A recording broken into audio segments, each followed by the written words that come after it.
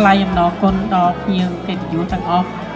ដែលបានអញ្ជើញមកចូលរួមក្នុងកម្មវិធីរៀបអាពាហ៍ពិពាហ៍កូនស្រីរបស់នាងខ្ញុំនេះ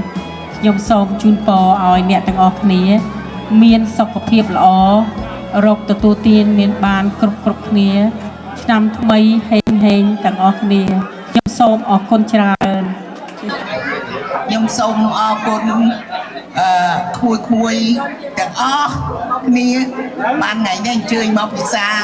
ជាភ្ញៀវកិត្តិយសនៅកម្មការចៅខ្ញុំទាំងពីរហ្នឹងឲ្យបានមានសេចក្តីសុខសប្បាយឆ្នាំថ្មីចូលលៀបធំអរគុណបានហើយសូមអញ្ជើញខាងប្រុសម្ដងទៀតអញ្ជើញនេះភាសាអញ្ជើញខ្ញុំសូមជម្រាបសួរបងប្អូនមីងមាទាំងអស់កូនក្មួយទាំងអស់ដែលបានមកពិធីមង្គលការកូនប្រុសខ្ញុំហើយស្រីក្រុមគ្រួសារអរគុណច្រើនមែនទែនដែលបានមកសូមអរគុណសូមសុខភាពល្អរស់ស៊ីមានបានចាក់ជុំទាំងអស់គ្នាអរគុណច្រើនអរគុណច្រើនទៀតសូមជួយក្មួយយមាត់ពីមួយយ៉ាI just want to say thank you all for being here today as we gather the marriage of my brother and his beautiful wife. Thank you all. It means so much to us. And thank you. Say it. ឥឡូវដល់ពេលសូមឲ្យក្មួយប្រុសទៀតណានិយាយឲ្យគុំប្រមាណពីមួយជាភាសាខ្មែរមើលណា Santo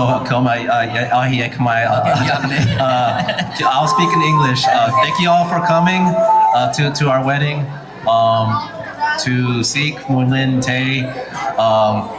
Will you love me till death do us part? Yes.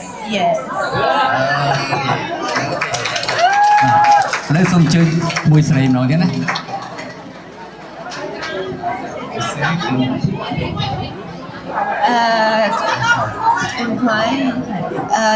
យើងខ្ញុំនឹងក្រុមគ្រួសារសូមអរគុណអស់លោកលោកស្រីអ្នកនាងកញ្ញាដែលបានមកចូលរួមក្នុងកម្មវិធីអាពាហ៍ពិពាហ៍របស់យើងខ្ញុំអរគុណច្រើនទៀតអរគុណច្រើនទៀតណាបាទបើសិនជាមានការឬលោកខ្វះខាត